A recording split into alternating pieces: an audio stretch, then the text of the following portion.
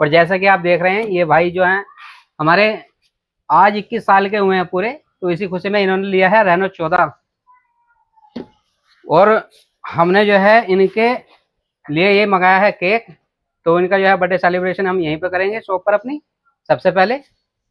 तो कैसा लगा भाई साहब आपको यहाँ पर आकर? बहुत अच्छा लगा है। कहाँ से आए हैं आप? हम आए हैं लुधियाने के रहने वाले हैं, लुधियाने से आए हैं भाई। पर अपने मामा के गांव पे आए थे, आज बर्थडे है, यहाँ से फोन लिया है। इसलिए पहले भी हमने लिया था इनसे, आज फिर दोबारा इनसे लिया है। ये बिल्कुल बेशक, ये पहले भी आए थे और पहले भी हमने इन्हें जो है फोन दिया था। तो thank you so much, happy birthday.